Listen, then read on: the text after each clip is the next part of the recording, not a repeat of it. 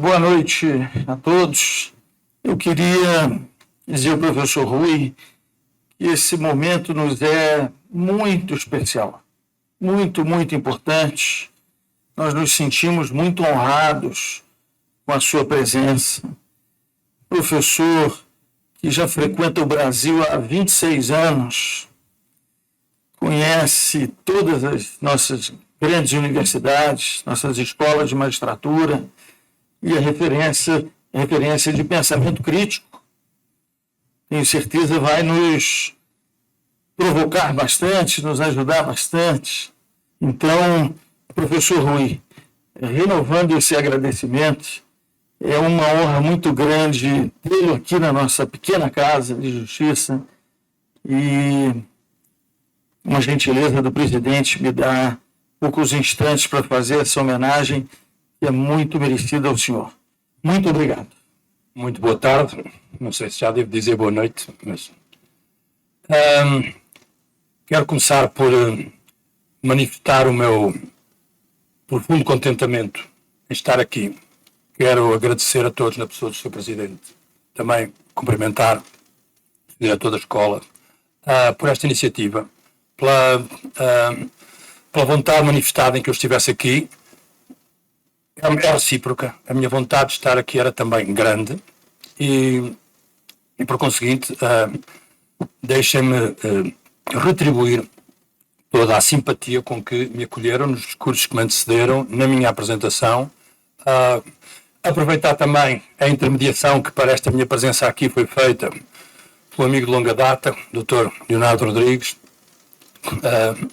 Não há dúvida que o doutor disse que eu já há 26 anos, é verdade, exatamente confere, há 26 anos que venho ao Brasil, várias vezes por ano, já é incontável, dar cursos, conferências, palestras, e isso faz com que, cada vez mais, em 26 anos, ou após 26 anos, este é um trajeto profissional, técnico, mas é também um trajeto afetivo. As ligações são muitas, e de vários níveis, em vários estados, em várias universidades, e, por conseguinte, é sempre neste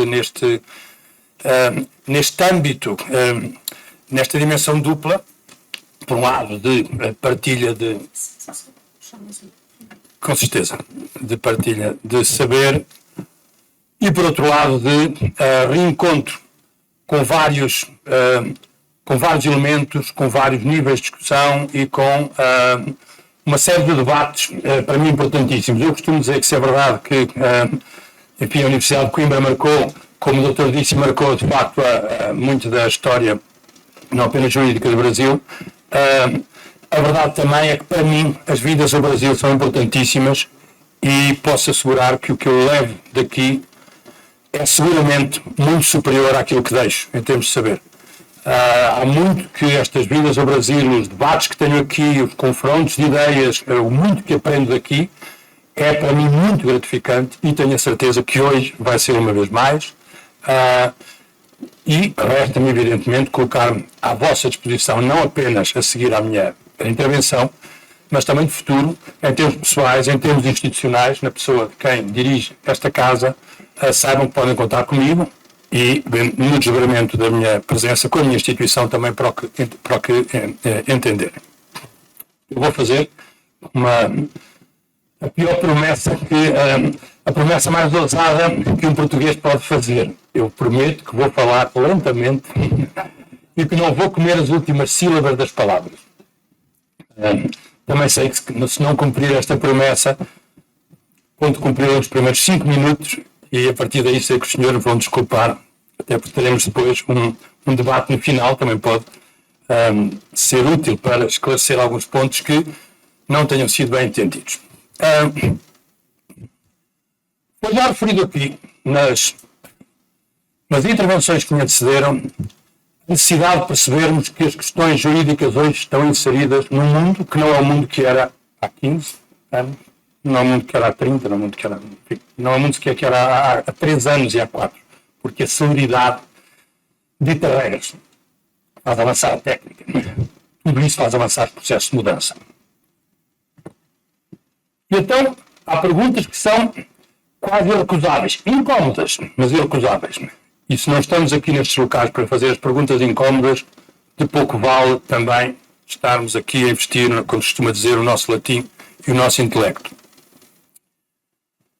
Se o tempo hoje é complexo, se é certo que o direito está no tempo, tem um tempo, mas ele está no tempo que conviver. O direito tem uma historicidade, quer dizer que cada momento histórico coloca problemas diferentes, os próprios conceitos. Falar de prova no início do século XXI não é falar de prova em meados do século XX. Por exemplo.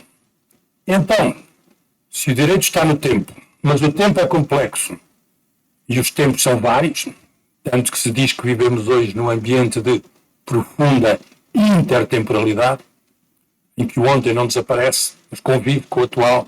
Isso gera sociedades complexas. Será então lícito? É a pergunta que se pode colocar desde logo. Pensar que também o direito para este tempo multifacetado tem que ser também um direito múltiplo? No caso afirmativo a esta resposta, até que ponto ele pode ser múltiplo, deve ser múltiplo, sabe ser múltiplo? Até que ponto a multiplicidade do direito, determinado sistema jurídico, não compromete um dos aspectos desejáveis do próprio sistema jurídico, que é a sua solidez? Não tenho a resposta, não terei até ao fim desta conversa, não sairemos daqui com a resposta, mas acredito que conseguimos equacionar aqui os pontos fundamentais, como eu diria, um mapeamento desta questão, e conseguir pelo menos aquilo que considero importante hoje em dia. Encontrar uma boa problemática para os problemas. Tratar os problemas de forma saudável, isto é, perceber quais são os travejamentos críticos de determinado problema. E começo com este, precisamente. Na impossibilidade de eu trazer para aqui e carrear e partilhar convosco todas as dimensões do tempo atual com manifesto impacto no campo jurídico, eu elejo uma, para começar, que vamos reter ao longo, para ficarmos com ela, pode ser importante ao longo da minha intervenção. Já toquei nela.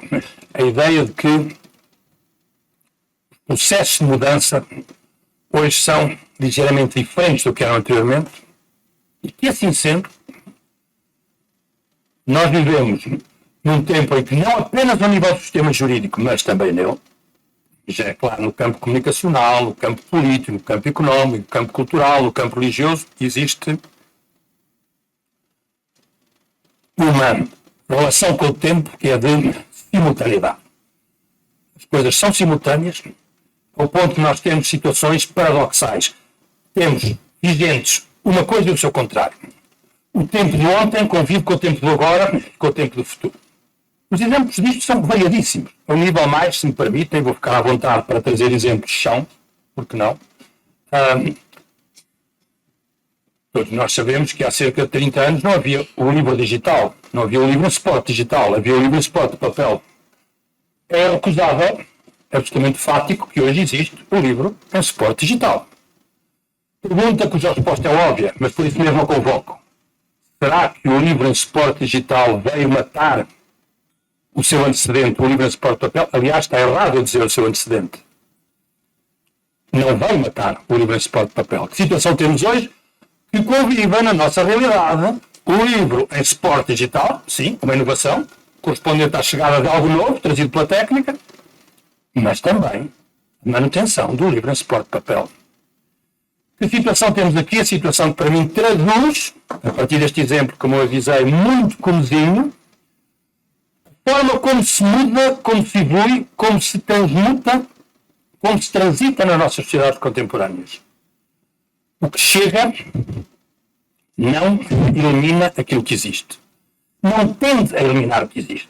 O que chega tende a adendar-se àquilo que existe, o que provoca situações de profunda contaminação, promiscuidade conceptual, interrelacionamento de referências principiologicamente distintas, mas obrigadas a conviver no mesmo espaço, ou seja, o que convida muito mais a uma explicação dos fenómenos e das realidades no campo jurídico em termos da articulação entre os fenómenos, da convivialidade do diverso, da coabitação dos opostos, do que verdadeiramente em termos de uma purga em que aquilo que chega elimina completamente aquilo que existia. Ou seja, o contemporâneo traz menos uma ultrapassagem uma supressão do existente do que um convite à obrigatória e complexa e preocupante convivialidade dos existentes.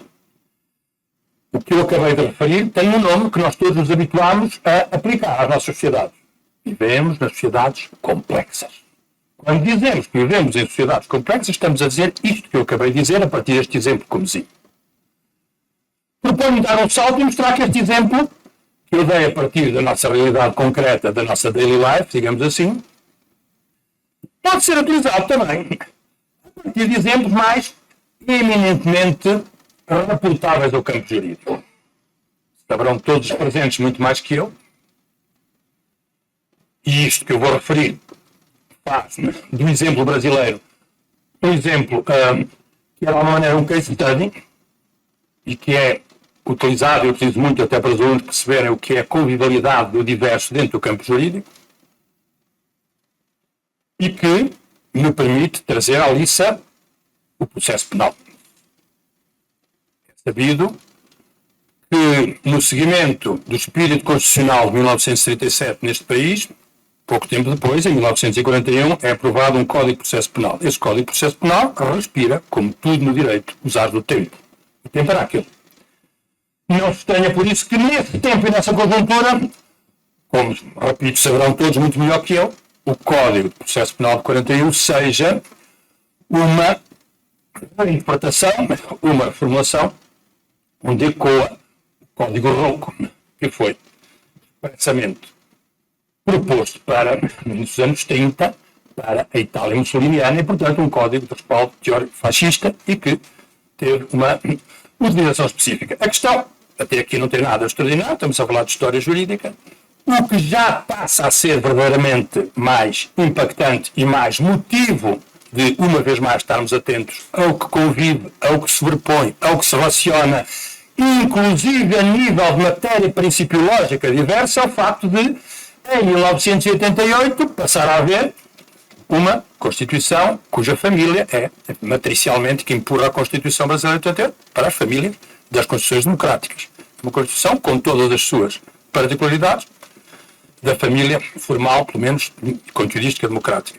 Quer dizer o quê? E aqui isto passa a ser interessante, que passam a coexistir no mesmo espaço uma Constituição de 88 matricialmente democrática e um Código de 41, ou mais amputado, ou parcialmente tentado reformar a partir de 2008, mas que continua a ser mutatis mutandi a base do Código Penal processual penal de 41.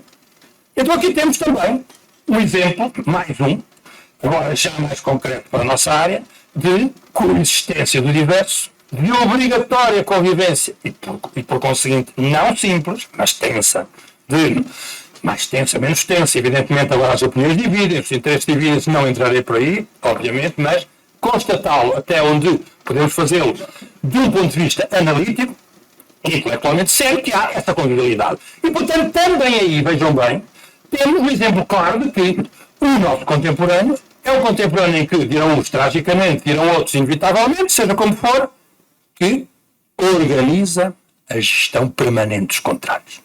Em que, também aqui, o que chega não se limita, nem sequer procede a uma completa, nem parcial desinstalação do existente, mas, mantendo o existente, obriga a jogos permanentes, jogos de cintura, que irão permitir, seja na arena jurídica, seja na política, ou falando do jurídico ou político, que haja uma série de movimentos de equilíbrio, nem sempre fácil.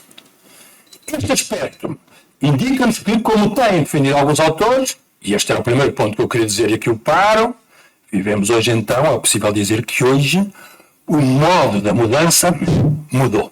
Ou seja, perdoa-se a ironia, muda-se de forma diferente. Porque, efetivamente, a rapidez da inovação é tanta que não há tempo para eliminar o existente. A técnica, de resto, é a metáfora disso mesmo. De celeridade, nos tempos, como diria o jurista alemão Helmut Rosa, nos tempos de aceleração, é quase impensável o contrário. O que chega não tem tempo nem está preocupado em eliminar o que existe e, por conseguinte, temos permanentemente situações de coexistência, coabitação de diversos, etc, etc. E isto levanta um problema pode ser muito saudável a algum ponto de vista. Podemos dizer também que é uma situação heterodoxa que é preferível a outras, mais dogmáticas, no sentido dogmático, aqui no sentido não técnico, mas no sentido mais epistemológico. Ora, mas levanta problemas. São todos os problemas que temos na altura de demarcar, na altura de estabelecer diferença, na altura de distinguirmos uma coisa da outra. E todos nós precisamos disso individualmente. Precisamos de fazer isso. Como todos os nossos sistemas precisam de fazer isso. Não é preciso ser humaniano para dizer isso, porque é óbvio que sim. O sistema jurídico também precisa. Porque é um sistema jurídico quando não será possível demarcar, isto é, decidir. Claro, o mundo complexo, a realidade que traz muita coisa da qual já não conseguimos abdicar, mas estarmos também, um preço a pagar por isso. O preço a pagar pelo múltiplo é, de alguma maneira, uma perda de capacidade do limite. Uma perda da capacidade das operações de limitação para se exercerem com a clareza com que supostamente ela é suposto exercer-se. Porque num mundo em que tudo convive, em que há maior dificuldade de eliminar o existente em favor do contrário, logicamente que há uma diluição dos opostos. E isso torna-se problemático a muitos níveis. Torna-se problemático porque, naturalmente, que uma coisa não é outra e, por conseguinte, nós precisamos de ter capacidades em termos de delimitar, de distinguir, de separar, sem as quais, verdadeiramente, não pode sequer ser concebível a existência de civilidade, a existência de cidadania, a existência de uma vida em que haja uma tentativa, desde logo, de perceber também qual é a função do sistema tão talhado para decidir, para demarcar, para separar águas, como é o sistema jurídico. Ele cabe essa função. E se assim é, começo já por assumir algum problema demarcatório, precisamente no âmbito de uma dualidade que me habituei a trabalhar nos meus textos, que é importante para mim porque habituei-me a aprender e a achar e a defender que essa dualidade conceptual é uma das traves mestras do Estado de Direito, do horizonte democrático constitucional, do devido processo, etc, etc. Refiro-me à diferença entre prova e outra coisa que não é prova, embora seja frequentemente confundida com prova, que é a evidência. Estado de Direito, e sobretudo a capacidade de decisão, sobretudo o âmbito processual penal, vive de forma explícita ou implícita desta ideia. A ideia é uma ideia que a epistemologia traduz há muito tempo da seguinte forma. Diz ela o seguinte: chamamos evidente a tudo aquilo que dispensa a prova. Isto é importante. Quer dizer o quê? Que embora o senso comum, e desde logo o senso comum científico, o senso comum jurídico também, não apenas o senso comum grosso modo, tendam a chamar evidência, até numa tradução rápida do inglês, evidence and proof, ao que é prova e prova ao que é evidência, porém, elas não são aparentadas. Elas podem ter uma proximidade em termos da sua funcionalidade, mas a rigor é fundamental nós distinguirmos aquilo que podemos chamar prova e aquilo que podemos chamar evidência. Os regimes de conhecimento e evidência, a minha percepção do mundo baseada em evidências não é idêntica à percepção do mundo baseada na prova e à capacidade de decisão que eu ganho se basear o meu entendimento, o meu regime de conhecimento, o meu regime epistémico na prova ou nas evidências. Eu diria, para facilitar, evidências para não serem indícios. Evidência, acontece uma evidência, um cabelo, uma questão digital, estamos a nível dos indícios. Alguém que diz que viu, uma pessoa que viu algo. Tudo bem, é importante, começa-se por aí, mas são evidências. A prova já pressupõe um salto avante, porque a prova já pressupõe uma imputação de sentido àquelas evidências. Já há um distanciamento, e não é por acaso que uso a palavra distanciamento, que vai nos ser útil daqui para a frente da exposição. E então, voltarei a um exemplo bem simplório. Se eu disser que estamos aqui a falar com luz elétrica e não com luz do sol, eu diria, bom, isso é evidente. Passado o lado anedótico da coisa, podemos dizer, bem, isso é evidente. Se veio aqui para dizer isso, já pode ir embora. Já fez o seu trabalho. Mas a a parte importante é esta, é que quando dizem isso é evidente, eu descodificar isso em termos formais, o que me estão a dizer é o senhor está dispensado de provar. Porque essa é a força de um conhecimento e uma percepção do que é evidente. É que é tão claro que não tem necessidade de prova. É isto que faz a evidência. A evidência dispensa a prova. A evidência torna a prova ociosa, quase pedante. O que há para provar, onde nenhuma dúvida se levanta. Isso é força de conhecimento e evidência.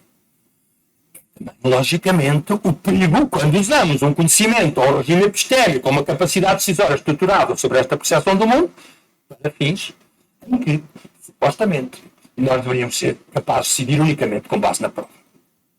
Então, a evidência, um conhecimento do tipo evidente, escrever desta forma, ele é autorreferencial. Porquê? Porque ele remete para si próprio. Ele não solicita, ele não solicita nenhum tipo de descodificação, nenhum tipo de despistagem. Uma coisa é aquilo que é.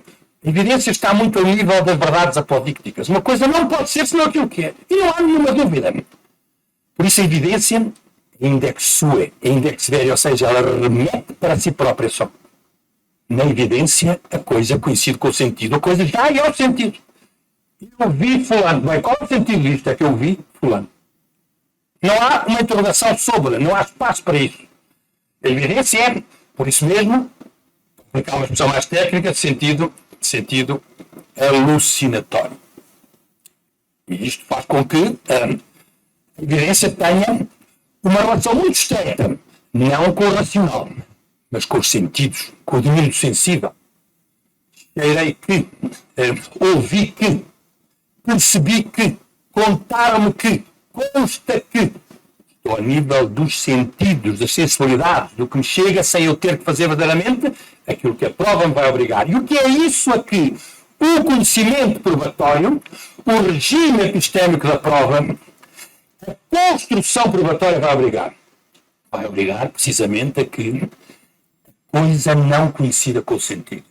Vai obrigar a que eu tenha uma dúvida mesmo ali quando tudo parece mais do que evidente. Vai guardar espaço para a interrogação. E por isso vai, naturalmente, basear-se muito mais na razão e vai transportar uma densidade ali onde a evidência é rápida, intuitiva, sensível, funcional. A prova é densa, racional e precisamente por isso ela implica uma demora. Importa ser muito firme neste aspecto. Dizer que a prova implica uma demora não autoriza, não abre campo a autorizar todas as demoras, todos os processos do mundo estribados numa suposta necessidade. E nós estamos ao nível patológico da prova. E é bom chamar de patologias os usos indivíduos que se fazem da processualidade, até porque elas matam o prestígio social da processualidade.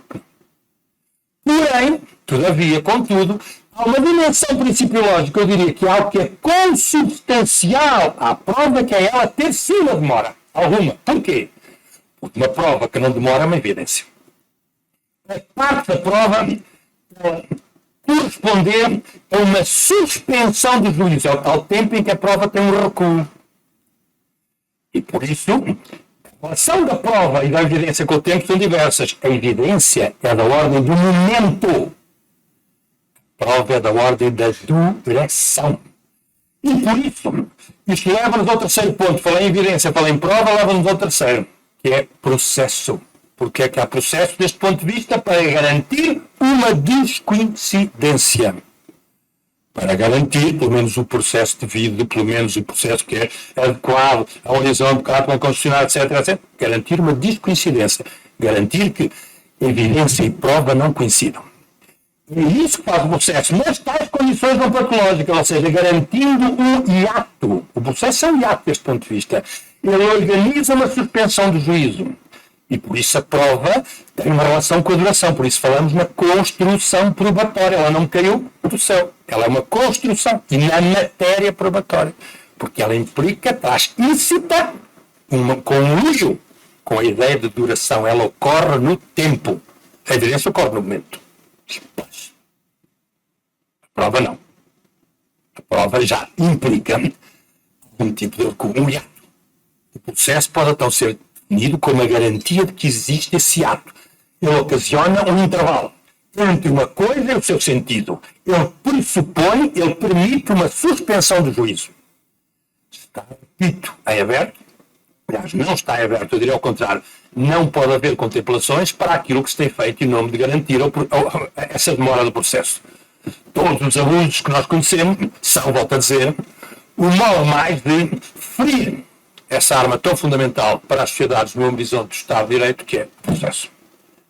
E, manifestamente, não é do nada que as sociedades protestam contra o que consideram as demoras excessivas do processo ou contra aquilo que chamam normalmente, tão bem quanto mal, mas não sem fundamento, um processo que, à custa de ostensivamente se estruturar sobre a demora, acabar por prejudicar todo o seu potencial de reconhecimento social e acabar por ser um processo que acaba por estar ao serviço daqueles que podem comprar e garantir processualmente essa demora. É bom dizer isto, sobretudo para os cultores do processo, que é o meu caso, é bom dizer, não é por acaso que o comum das pessoas dizem o rei vai nu, há excesso de garantias, porque efetivamente trata-se aí sim de patologias da prova. Tem dimensões patológicas. Muito depressa a prova, se for rápida, é uma evidência, como se ela for patologicamente demorada, ela torna-se algo absolutamente que mata o próprio processo que supostamente ela devia também segurar e estruturar. Então, é bom reconhecer com algum peito aberto às balas, com alguma capacidade de stop, que é aqui que estamos. É aqui que estamos. E mais vale encarar as coisas destes termos do que entender que se está a defender o processo com alguma demora é porque politicamente assim, se não está, não me interessa naturalmente esse tipo de raciocínio, não leva a nada, interessa reconhecer que a prova tem uma solidez, existe a solidez da prova, existe a solidez do processo e essa solidez prima para a capacidade, como em tudo, de não levar longe demais, ou seja, não transformar isso que é um lugar técnico de robustecimento do processo numa patologia. Sejamos claros quanto a isso, é pelo menos aquilo que me parece quanto a estas questões. Dirão, deixem-me só dizer a título de parênteses, porque não vamos estar aqui eternamente, sobretudo até à medida em que eu vou descumprindo a promessa que fiz, em que naturalmente começo a falar mais rápido. Então, deixem-me só dizer o seguinte. A validade que eu apresentei, estruturada em dois conceitos como evidência e prova, pode ser também feita dentro da questão processual penal com outros dois conceitos que participam também da construção da decisão judicial. Crença e convicção. Também, crença e convicção são normalmente assimilados, mas do ponto de vista de algum maior rigor teórico e conceptual, a crença não é convicção. Eu tenderia a dizer que a crença ainda não é convicção. Nem nunca será. Então, como evidência, não é prova. A prova de rigor, volto atrás, a prova de rigor pode ser definida como uma modalidade, um mecanismo de constrangimento à evidência. A pulsão, à rapidez da evidência. Também a convicção, em rigor ao quê?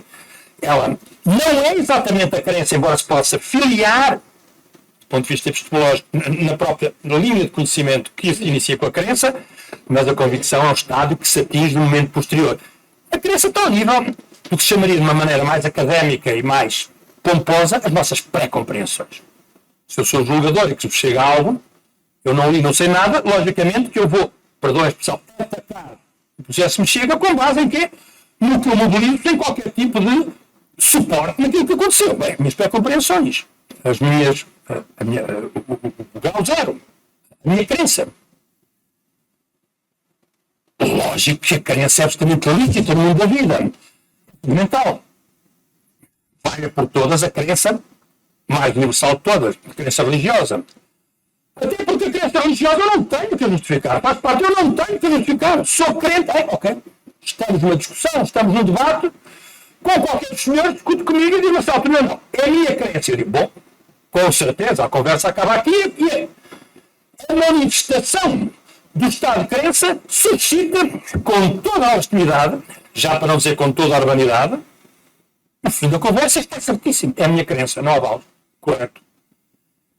Já a convicção não tem a mesma ordem. A convicção, precisamente, ela solicita algum tipo de justificação e por isso é que o estado de convicção atinge o estado de convicção. Ok, justifica. Porquê? Já é suposto haver uma justificação. Porque ele não está na hora das pré-compreensões. Ele já pressupõe que houve uma evolução e por isso também é que existe processo. Bem, vamos lá, vamos agora à dúvida, agora ao contraditório, agora isto, agora aquilo. Chegamos a um nível tal que é satisfatório. Mas houve um trajeto, houve um caminho, houve uma duração até chegar lá. E, portanto, a convicção corresponde precisamente a esse, e idealmente corresponde a esse estado. Segundo disclaimer, se me permitem, segunda satisfação, segundo esclarecimento, que se impõe, não só para me justificar, mas porque acho que faz parte deste assunto. Parece que desde que eu abri a minha intervenção que estou aqui a bater na evidência, estou aqui um pouco a apelar a que se desconfie da evidência. Este aspecto é importante. Não é por acaso que eu estou aqui a trazer. De resto, quando estou nesta posição, a fazer uma intervenção, as pessoas que merecem todo o respeito, instituições por quem tenho todo o respeito, não costumo fazer estas coisas por acaso. E, portanto, também aqui, do ponto de vista da minha estratégia expositiva, não é por acaso. O que é que eu quero dizer? Eu surgi um pouco na evidência, no âmbito da minha exposição. Mas deixem-me dizer o seguinte. No mundo da vida, para aplicar a expressão habermasiana, nós não fazemos nada sem evidências, sem o conhecimento da evidência. A rapidez do conhecimento, do regime epistémico, de uma percepção do mundo baseada em evidências, ou seja, no conhecimento rápido, pulsional, intuitivo, é fundamental. Não podemos prescindir disso. Se eu atravessar, chegar ao aeroporto de Confins e dizem-me, estou à sua espera do lado lá da rua, eu atravesso. E eu subi na minha direção e decido que vou buscar prova de que é o automóvel que vem na minha direção. Eu, quando descobrir a prova, não estou provavelmente publicidade para o automóvel.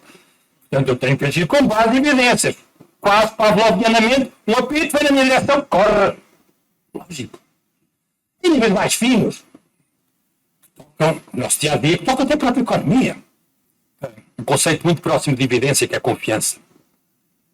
E nós temos confiança. Ligado? Vejam, quando a economia, que é simultaneamente a disciplina mais lida com números, e é mais rigorosa, mas ao mesmo tempo lida com especulação, e portanto também é mais insegura. Fala no confiança dos investidores. É quando não há nada mais fluido.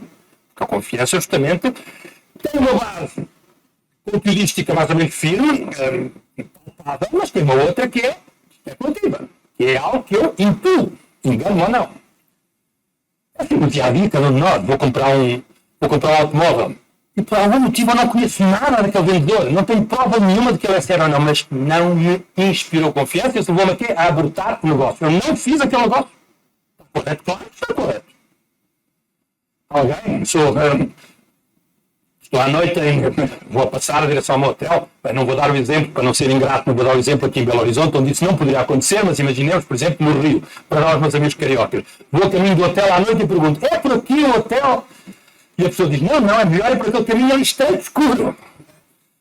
Não, algo que evidentemente não poderia ocorrer em Belo Horizonte. E agora peço desculpa mais uma vez, se disseram aos meus amigos do Rio que eu disse isto, eles sabem que eu estou a brincar e eu nego também. Mas enfim, vamos imaginar que isso ocorria.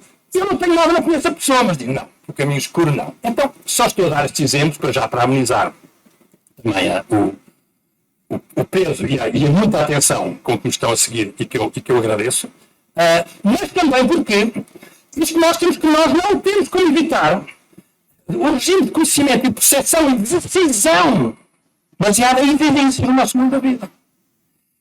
Sucede, para complicar as coisas, que as sociedades contemporâneas, pelo menos aquelas que se acolhem, o nível que se acolhem na ideia de Estado de Direito, decidiram, até porque chamamos de Estado de Direito, não estamos a falar do Estado da Meridiana, não estamos a falar do Estado da religião Cidão Y, não estamos a falar do Estado da cultura Cidão, estamos a falar do Estado de Direito, quer dizer que há um compromisso com o direito, quer dizer o quê? Que há um cantinho, há um reduto, que é o sistema jurídico, há o sistema comunicacional, o sistema político, o sistema económico, mas o sistema jurídico. O que é que cabe ao sistema jurídico? Quando costuma dizer, os americanos têm muito essa expressão, someone has to do the dirty job. Alguém tem que fazer o trabalho sujo. Ou seja, alguém vai ter que tomar decisões, quando toda a sociedade pode basear-se em evidências para decidir, e nós precisamos, mas há um sistema ao reduto, quase aldeia gaulesa, lá está aí, que são, todavia, uma pequena aldeia que resiste sempre ao invasor, ainda e sempre ao invasor.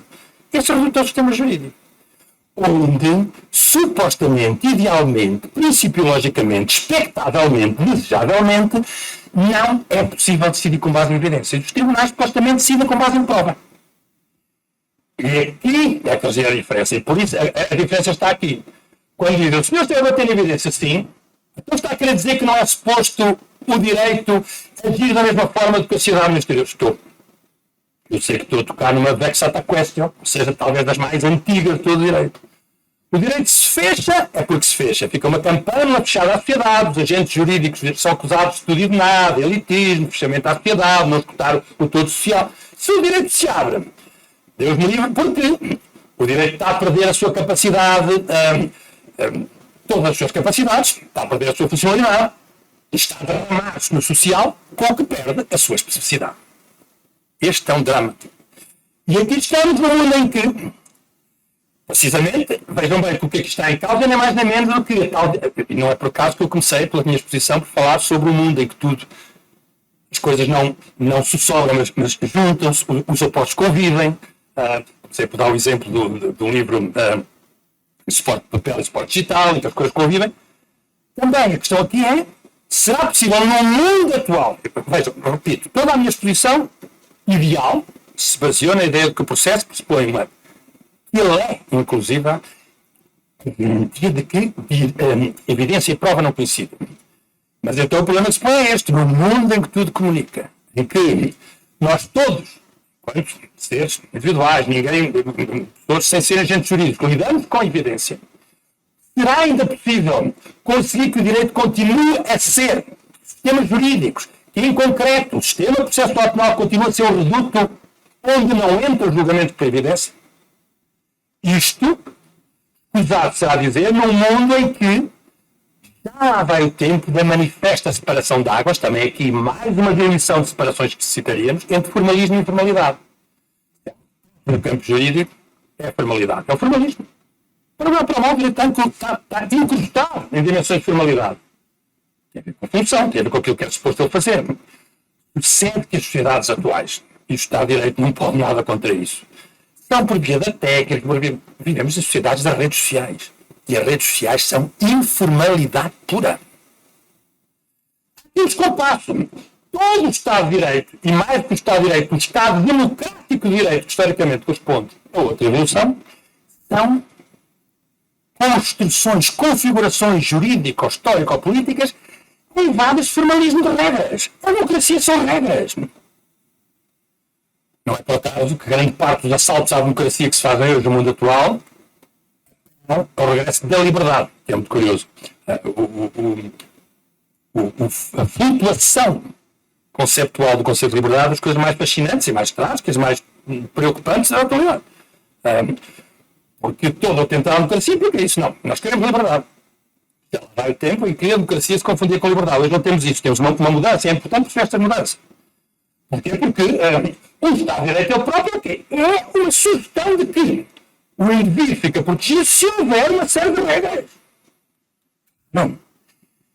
Tenho perguntado várias vezes, tenho escrito inclusive sobre isto, até que ponto é que esta ideia tem sido passada para as populações. E acho que não tem. Para as sociedades. Em geral, ao ponto de sugerir muitas vezes, entender que é necessário termos a coragem de dizer isso, eu entendo que tudo o que é, grande parte do sistema jurídico, campo jurídico, da linguagem do direito, como o meu amigo Gomes Cantilho gosta de dizer, aquilo que afivela o linguajar jurídico, que é a expressão que ele utiliza, implica doses de formalismo grandes. E isso faz com que nós tenhamos que reconhecer o quê? Que prova, Estado de Direito, democracia, processo, presunção de inocência, tudo isso é absolutamente contra a natura e contra-intuitivo. Eu acho que nós temos que ter coragem a reconhecer isto. Realmente até, e é necessário olharmos o Ferrajoli, porque o professor Luís Ferrajoli explica isso muito bem, porque ele sugere sempre que grande parte das instituições que nós hoje temos e que, onde entendemos que deve respaldar o Estado de Direito, elas foram construídas no receio da população, no receio do grande número, no receio das massas. De quê? Que elas efetivamente quisessem pregar isso. Porquê? Porque a ideia de adequação constitucional, isso é absolutamente contraintuitivo. A ideia de que eu não vou julgar com evidência, mas vou julgar com provas, isso é contraintuitivo. Eu já vi as pessoas, sobretudo hoje em dia, que circula a informação que era suposto estar dada ou não era, mas circula, as pessoas têm acesso a coisas que vão aparecendo, há vazamentos para aqui e para ali, então as pessoas vão ter acesso a algo que lhes permite dizer não. Pronto, o que sabemos, já não há dúvidas disto. Só eles nos tribunais é que se vão preocupar ainda em ver tudo o que nós já sabemos. E, portanto, isto é um descompasso de várias ordem. Mas é efetivamente aqui que estamos. Porquê? Porque há que admitir que todos estes instrumentos que nós usamos como forma de solidificar a processualidade e de chegar de forma mais sólida à decisão são contraintuitivos. Não é o que o comum das pessoas são. E não digo lá fora, não é o que o comum de nós somos quando nós estamos aqui dentro. Como nós todos reconhecemos. Nós sentamos a ver o jogo de futebol, por exemplo. Só para dar um exemplo assim mais fácil de assumir por todos. Em que perdemos qualquer tribeira probatória, não queremos que um lance foi pênalti, etc, etc. O que não será o grande problema é que não só no futebol. Para outras decisões nós não estamos sentados aqui, mas estamos sentados lá fora, menos comprometidos com a seara jurídica, e evidentemente que as coisas mudam. Este é um aspecto tremendo. Eu acho que tem sido muito pouco discutido. As pessoas têm batido, ultimamente têm surgido com vários nomes, na incapacidade das pessoas de aceitarem que as populações estão disponíveis para abrir mão de determinado tipo de garantias, do processo, etc, etc. Quanto a mim, há estes dois aspectos que é necessário, em termos de investigação sobre estas questões e de raciocínio sério sobre estas questões, supesar. Um já foi há pouco, que é, perdoem, mas ouso dizê-lo, aquilo que temos que reconhecer que foi algum aproveitamento nas últimas décadas, um pouco por todo lado, do devido processo, ou melhor, a cooptação do chamado devido processo em termos socioeconómicos. Quem tem mais capacidade pode utilizar mais o devido processo. Não são só as pessoas na rua que dizem isso. Nós temos que reconhecer que isso se passou. Talvez pensar em que momento é que isso começou a passar. Porque é que um processo pensado para originar outra coisa acabou por levar aí. Acabou por dobrar ainda as desigualdades socioeconómicas. Justamente a partir de uma diferente capacidade para as pessoas se estribarem no lado garantista do devido processo. Eu acho que isso tem que ser corajosamente dito. E não tem sido dito por vários motivos, porque tudo o que se diga hoje em dia relativamente a estas questões coloca as pessoas imediatamente rotuladas de um lado ou do outro, coisa que, volto a repetir, é totalmente irrelevante. Ora, e o segundo aspecto, este aspecto que é mais fundo, que é, e que nos leva a levar, talvez, a fazer uma investigação começada com o meu colega António Manuel Espanha há um tempo, quando ele falava da violência doce da razão jurídica. O que é que eu queria dizer? Eu queria dizer que lembrava-nos que a história do Estado moderno, e por conseguinte a afirmação do Estado moderno, e com ele da construção da primazia do direito oficial, do direito, da centralização do direito, acompanhou-se de uma luta surda entre o chamado, logo desde o início da modernidade, entre o direito dos sábios e o direito dos rústicos. Sendo que o segundo, o direito dos rústicos, que incluía o chamado direito a chave na rua, os direitos locais, os direitos vários, eram facilmente ou englobáveis nos outros, ou excluídos. Rústicos. Então, e ele diz que isto implicou uma certa violência doce da razão jurídica, porque a razão jurídica é o que mais nos defende muito mais do que as pulsões irracionais, realmente sim, mas ela tem uma certa violência, uma violência doce. Porquê? Porque ao fazê-lo, obriga-nos a calar determinados instintos e pulsões que, pelo contrário, ao invés, são úteis no mundo da vida. Então, há dimensões em que nós roubamos isso e aparentemente a solidez jurídica é isso. Ela é a capacidade de defraudar expectativas sociais. Estou aqui a tocar num ponto e uma expressão que hoje em dia rasga todo o direito. Sobretudo no mundo em que tudo comunica a questão das expectativas sociais. É uma expressão mágica, não estou a dizer que é mágica para aplaudir, estou a dizer que é mágica no sentido em que ela consegue coisas que eram impensáveis há uns anos atrás. E, sobretudo, ela está colocada no fio da navalha, porque se perguntarmos, é lícito pensarmos, é lícito que dentro do sistema jurídico se pense nas expectativas sociais, é lícito. O direito tendeu, sobretudo quando pensamos nas várias teorias dos últimos tempos entre a relação entre sistema social e sistema jurídico, a tendência é para que sim, para que o direito discute regularmente a sociedade. Perguntemos por outro lado. É lícito, é preciso, sobretudo em sociedades onde tudo comunica, em que há uma grande formalidade, que o direito seja capaz também, precisamente, de defraudar as expectativas sociais, garantindo, por isso, que o Tribunal da Mídia não é todos os outros tribunais formais, é também lícito e é desejável que o direito o faça. Estamos bem sobre essa, eu diria, sobre essa fogueira complicada das expectativas sociais. E isto faz com que, o que é que isto acarreta? Peço-nos que recordem e que tentem perceber agora talvez melhor porque é que eu iniciei esta minha intervenção com aquela explanação sobre o mundo contemporâneo como um mundo em que tudo comunica, em que as coisas chegam e se juntam aos seus contrários, em que convivem as diferenças sem solução de resolução aparente. Porque isso permite falar do mundo atual como um mundo complexo, de pluralidades, e em que nós temos várias zonas decisórias, não apenas uma. Que é o que me permite sugerir que hoje em dia percebemos o que se está a passar efetivamente com a questão da prova e do processo e da decisão, por consequência. Nós estamos a viver num tempo em que, do ponto de vista formal, nós mantemos ainda aquilo que está previsto formalmente ser feito, e também, quanto mal, com mais acerto ou menos, é esse o horizonte.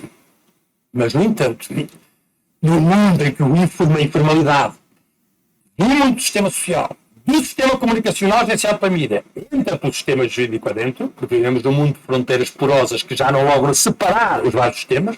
Se vivemos num mundo de intertemporalidade, também vivemos num mundo de intersistemicidade. Então, a questão que se coloca é precisamente a questão de conseguirmos perceber que, junto com o processo formal, nós temos uma série de outras dimensões que não são formais. O ponto que eu poderia dizer, se quiser facilitar a expressão, mas unicamente permitam, pela virtude pedagógica do exemplo, que nós podemos quase falar de um mundo onde nós temos 4 modalidades de justiça penal a funcionar. Nós temos várias. Nós temos o sistema formal, claro. Que é o sistema formal. O primeiro modelo, vamos imaginar 4 modalidades. E quanto a mim, estão todas em funcionamento. De um ponto de vista oficial, só está uma, aquela que está previsto pelo senhor nos tribunais. Com certeza que sim. Qual é? É aquela que eu, de alguma maneira, caracterizei aqui, estruturada numa base entre evidência e prova, na capacidade de construir matéria probatória, assistência ao contraditório, devido processo, adequação constitucional, tudo isso. Em termos de mundo formal. Qual é o tipo de verdade garantida por esta lógica oficial, por este processo oficial? É a verdade possível. Ninguém inventou nada melhor. É pouco, serão alguns, é muito, serão outros. É verdade possível. No sentido, por exemplo, em que não se vai torturar alguém para se garantir que a pessoa diga. E outros exemplos mais sim. Mas é verdade possível. Capacidade desta verdade possível para satisfazer os tecidos sociais atuais marcados pelo progresso técnico, pelo conhecimento de tudo, pouquíssima. Pouquíssima. Como propor só a verdade possível, quando tudo circula, a informação circula naquilo que se basa, aquilo que se circula tudo. Como? Quando as pessoas têm um domínio da técnica, quando a própria evolução da técnica gera um convencimento na possibilidade de tudo saber. Como se diz que determinado processo tem como resultado que não se pode saber? Como se explica às pessoas, num mundo em que tudo se vê e em que tudo se grava, que eu não posso aqui dizer, ou melhor, que sim, eu vi, mas eu ter visto não é válido. Complicadíssimo. Não estou a dizer que se deve abrir mão disto. Estou a dizer que o facto de não se poder abrir mão disto gera problemas que nos devem levar também para mais longe, porque também era crítica às pessoas dizer que elas ensandeceram. Ou que as pessoas estão cansadas, que as pessoas não têm informação nenhuma. Não se trata só disso. Trata-se efetivamente de perceber isto. O mundo atual mudou, as pessoas têm uma convicção no potencial da técnica para saber, ao ponto que o nosso tempo é um tempo que lida de forma difícil com a verdade. É o tempo da pós-verdade, das fake news, etc, etc. Não estou a dizer isto porque estamos na véspera do acontecimento. Amanhã, que é a votação, uma votação em que todos nós deveríamos votar, já que nos toca a todos, votação nos Estados Unidos, costumo dizer sempre, nós devíamos poder todos votar naquela eleição. Vamos ser todos afetados. Mas, enfim, tirando aqui o parênteses só para aligerar um pouco aqui o curso do meu pensamento, mas, de facto, Isso gera o quê? Gera que, junto, vamos lá ver, de modo informal, compreensivamente sim, de modo informal, seja possível ver que, paralelamente ao modelo oficial, garante como verdade a verdade possível, existe um outro, que é um modelo que eu chamarei informal. Nós temos, agenciado pela mídia, digamos, a junção da mídia com o senso comum produzem isso. Digamos, o sistema comunicacional produz isso. Sendo que no sistema comunicacional nós temos, apesar de tudo, que distinguir a mídia tradicional das redes sociais. Mas o sistema mediático, em comum com o senso comum, com as pessoas individualmente, produzem outro tipo de julgamento. Ainda para mais com os progressos da técnica. É um julgamento informal, mas onde o tipo de verdade que é mobilizado não é verdade possível, não se aceita a verdade possível, é a verdade desejada. Porque vai-se fazendo uma opinião sobre. E então é verdade desejada. O que levanta problema. Logicamente que aqui eu diria, para aplicar a minha terminologia inicial, que não se julga com base em prova, mas a evidência chega. Então, talvez tenhamos que perceber que está a acontecer isso, de modo informal, repito. Isto traduz uma situação que é uma situação que não é saudável. Todas as sociedades, todos os tempos, sempre tiveram o que se chama, alguma sociologia jurídica alemã chama os mecanismos estabilizadores das expectativas socionormativas. A religião já foi durante um tempo, nessa altura acreditava-se que seria a ciência, o iluminismo propunha que fosse a cultura, os ecologistas ainda acham que deve ser o mundo verde, seja o que for. A partir do momento em que se generaliza a ideia de Estado de Direito e ali onde vinga um compromisso formal que seja com o Estado Democrático de Direito, é suposto que o mecanismo estabilizador das expectativas sociais e normativas seja o campo jurídico, seja exercido pelo campo jurídico, seja o direito. De um ponto de vista formal deixou de ser? Não. Claro que não. De um ponto de vista informal, esse lugar está a ser desafiado pelo sistema comunicacional que partilha informalmente com o sistema jurídico essa função. Claro que há uma estabilização das expectativas socionormativas que é assegurada pela mídia e não unicamente pelo sistema jurídico, pelo direito. Então temos essa situação de partilha e quanto a mim é traduzida nessa coexistência, volto a dizer, do ponto de vista formal não há coexistência, há unicamente um sistema, uma modalidade oficial de justiça, mas há também informalmente essa segunda modalidade, que é a modalidade informal e em que a verdade é verdade desejada. Poderíamos acrescentar mais. Isso como a terceira modalidade, que faz a soma das duas, que eu chamarei a modalidade negocial. Tem a ver com, numa tentativa do sistema oficial responder às expectativas sociais do sistema informal, e importar, da common law, sobretudo, uma série de modalidades, começam no âmbito da barganha, no quadro da transação, da relação premiada, etc., e que permitem mobilizar um tipo de verdade que é, naturalmente, uma verdade negociada. Uma verdade negociada. E esse é o objeto, bem ou mal, cada um achará o que entender, mas é a verdade negociada, para mim, ela faz um pouco a ponta entre as duas. E como o mundo é bem complexo, nós temos uma outra dimensão. A falta de melhor, chamarei para já a modalidade internacional de justiça criminal penal. Porque é internacional? Porque, quando olhamos para o que acontece no âmbito do Parque São José da Costa Rica, o direito internacional dos direitos humanos, e estou estribado aqui no magnífico trabalho da minha colega da USP, Maria Ângela de Magalhães Gomes. A doutora Maria Ângela de Magalhães Gomes tem um trabalho fantástico sobre o processo penal no âmbito do direito internacional dos direitos humanos a partir da análise dos casos de São José. E o que ela diz é que o que nós temos aí já é uma realidade muito diferente, que não deixa de ser curioso, porque, uma vez mais, vejam a simultaneidade dos opostos. Nacionalmente, os Estados estão ligados a um processo penal que é aquele oficial, como descrevemos, diferença entre evidência e prova. Bom, ao nível do Parque de São José, o que ela diz é que há uma pressão para punir tremenda. Usando, inclusive, a certos aspectos basilares do chamado direito penal liberal. Em nome de quê? Em nome de algo que se aplaude, ser o primeiro a aplaudir e impedir a impunidade. Mas, para isso, a pressão sobre os Estados para punir é tremenda. Claro que isso se junta a uma realidade que não havia há uns tempos atrás, em que tudo era mais simples. É que os indivíduos, todos os indivíduos e nós também, são portadores, por definição, do direito à verdade.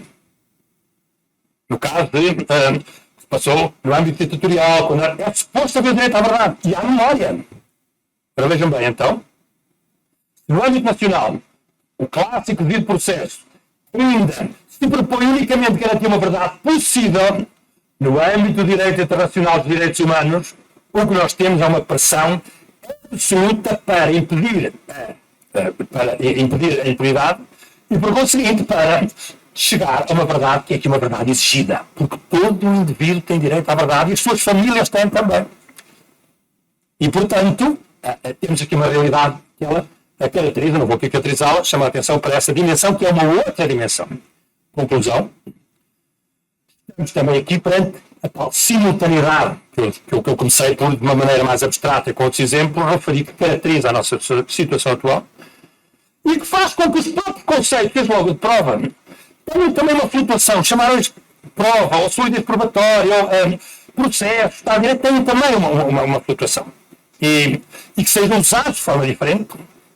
E mais, permitam que diga, é sabido que há canais entre estas várias modalidades. Não se trata aqui de dizer, bom, mas o que temos aqui, o sistema de julgamento de decisão oficial, não comunica com o sistema informal. Não é totalmente verdade. Eu diria que há canais intersistémicos. Um determinado processo. O que serão, senão isso, os vazamentos para a comunicação social. Vazamentos são uma forma de algo que é conhecido ou que deveria ser do âmbito de um processo formal passar para o sistema informal, onde produz efeitos, cria determinada convicção social sobre determinada decisão que irá ser tomada e, uma vez contaminado, o material regressa à fase inicial. Isso em existência de canais entre sistemas que deveriam ser opostos. Porque o sistema informal não deveria contaminar o sistema formal. Ou deveria. Porque quando, por exemplo, nós vemos o justificativo que é dado em determinados votos do Supremo, Tribunal Superior Maior, quando determinado ministro diz, não um, não dois, é que, cito, as pessoas lá em casa não compreenderiam que traíssemos as expectativas que têm sobre este aspecto. Traduzo não ipsis verbis, porque não estou a ler, mas próximo. Ou, preciso, cito de novo, quoting, é preciso ter em conta as expectativas sociais a este respeito. Quando leio isto, o que é que pensamos? Quando se lê isto, vê-se. Então, há sim diferentes sistemas, supostamente há uma modalidade informal e outra modalidade mais formal, mas elas estão claramente a comunicar. O que temos aqui é, do lado dos agentes superiores da modalidade formal, há um acolhimento das expectativas sociais. E a pergunta que fazemos não pode deixar de ser esta, com que eu no fundo comecei. Deve o sistema jurídico abrir-se ou não às expectativas sociais sobre aquilo que ele há de fazer, ou deve ele ter uma garantia de que, a certa altura, é necessário haver alguém que faça o trabalho sujo e que defrauda, que é capaz de fraudar determinadas expectativas sociais. Estou à vossa disposição para as questões que me puderem fazer e muito obrigado pela atenção.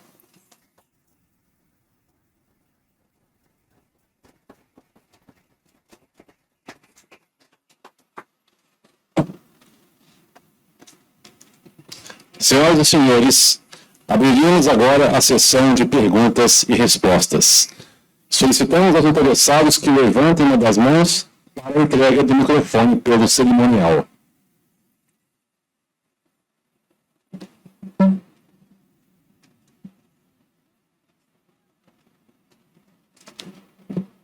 Pode chamar. Pode falar por esse. Tá ligado? Eu falo muito dele lá. Bom, antes de mais nada, agradecer o convite feito pelo meu amigo, desembargador Fernando Galvão, e também cumprimentar a todos, na pessoa do presidente, também meu amigo, desembargador Jardim Silva. Parabenizar o professor, doutor Martins, pela brilhante palestra.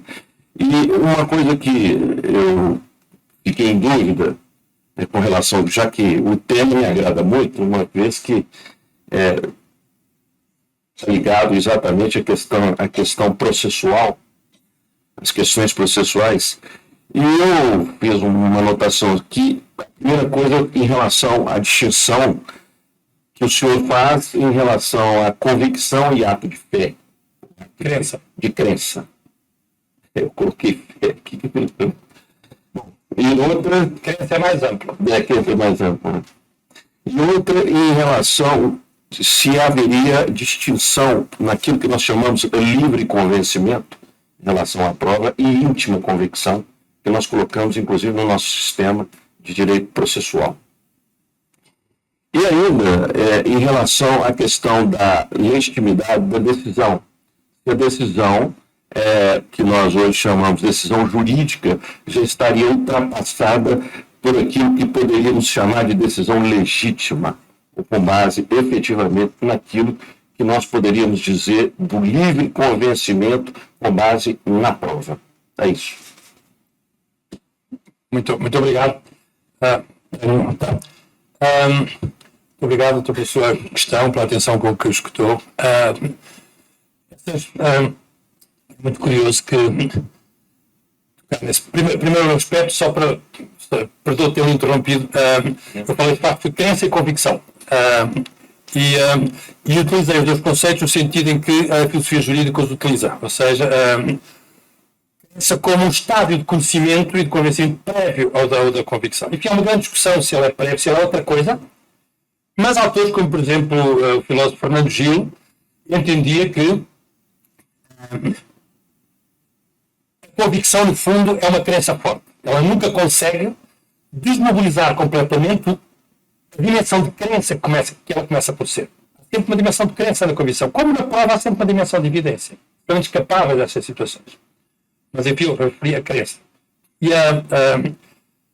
referi para dar conta que, supostamente, quando se diz que se julga, quando se fala da convicção, pressupor, por isso mesmo, falando de crença, que se está a pressupor já um trabalho prévio, já a densidade, já um trabalho feito no tempo. A convicção é algo que não pode ser sinónimo de um determinado estado de espírito que surgiu no momento, que foi funcional.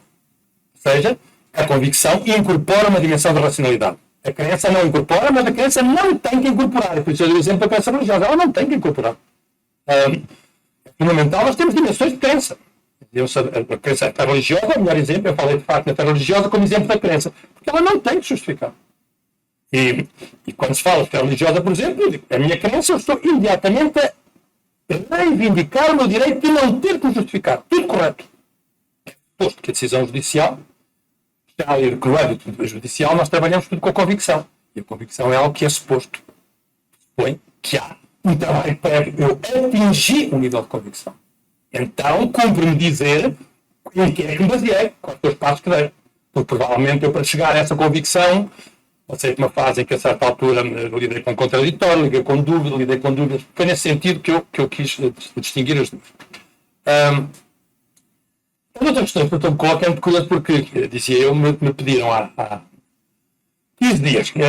Eu estive a fazer, nestes últimos 15 dias, um trabalho que discutisse um pouco o que foi o debate sobre a reforma do Código do CPP de 2008-2009. E essas questões que me colocou são precisamente questões que se colocam aí. As questões que o doutor colocou são questões que estão aí colocadas, que são questões... um diferente entendimento sobre a questão do livre convencimento, por exemplo. A questão do livre convencimento é aí basculante, é uma expressão... começamos a ler os debates que houve em 2008, 2009, sobre a reforma. E o que verificamos é que várias pessoas falam da mesma expressão entendendo coisas diferentes. E isso parece-me que hoje ainda está. E algo que está... evidentemente, trata-se de conceitos que vêm de tempos diferentes. Não é um conceito que vem quase do período inquisitório, outro conceito que já vem do século XVIII, mas dizem questões diferentes. O que me parece que não está totalmente esclarecido é qual é os entendimentos que se tem. Hoje aqui, no caso brasileiro, segundo dizem todos os que trabalham sobre o processo penal, que não está claramente estabelecido. Porquê? E agora toco no assunto com todo o cuidado. O que é dito muitas vezes é que, não estou a dizer que acolho essa ideia, estou a dizer que aquilo que me é explicado muitas vezes é que, por vezes, os juízes não estão dispostos a abrir mão de determinado tipo de capacidade decisória que, de acordo com determinado entendimento do processo acusatório, de acordo com o entendimento do Estado de Direito, eles teriam que abrir mão. Mas eu confesso que não vou entrar por aí. Não vou entrar por aí, mas isto é o que me têm dito, é isso. Ou seja, no fundo, está muito bem estabelecida a diferença de uma coisa e outra, mas aquilo que sobra, ou seja, para lá da diferença entre a íntima convicção, liberdade de decisão, etc., aquilo que sobra, aquilo que tem sobrelevado, é, sobretudo, uma é possível que haja algo disso, uma determinada tradição corporativamente guardada de grande capacidade do decisor poder exercer a sua função. Se isso correspondeu a algo que existia ainda na altura do debate de 2008, ou se mantém, é algo que eu confesso que ignoro. Em todo o caso, não acho. Há uma coisa que eu discordo. Eu discordo só quando dizem que isso é exclusivo do Brasil. Eu não acho, como não acho isto, permitam-me que diga que é a minha convicção que muitas das questões que aqui discutimos, a gente diz, a pessoa sabe aqui no Brasil. Sim, aqui no Brasil, mas eu não acho que haja determinadas questões que sejam unicamente aqui no Brasil. Ou seja, há problemas inerentes à sexualidade que são problemas que, se falar com os colegas franceses, os colegas italianos, eles têm o mesmo tipo de problema. E, portanto, claro que os sistemas jurídicos estão encostados no tempo, estão encostados na sociedade e são filhos também da sociedade que os enquadra. Sim, sem dúvida, são rasgados e atravessados por esses problemas. Mas eu acho que tendencialmente hoje em dia nós vemos problemas muito globais que depois têm uma vivência distinta consoante as sociedades onde eles acontecem. Mas eu parece-me que também a este nível a situação geral é uma situação de grande convergência de situações em vários locais. Isto é aquilo que me parece cada vez mais e que, por conseguinte, não acho que essa... e contra amigos falo, e contra coisas que eu não me custa nada reconhecer, que há determinado tipo de nós cegos que eu não acho que se possam ficar a dever unicamente ao facto que eu comecei por dizer que é estranho de haver uma vigência tão grande do Código de 1941, mas eu não acho que tudo tenha a ver com esse facto.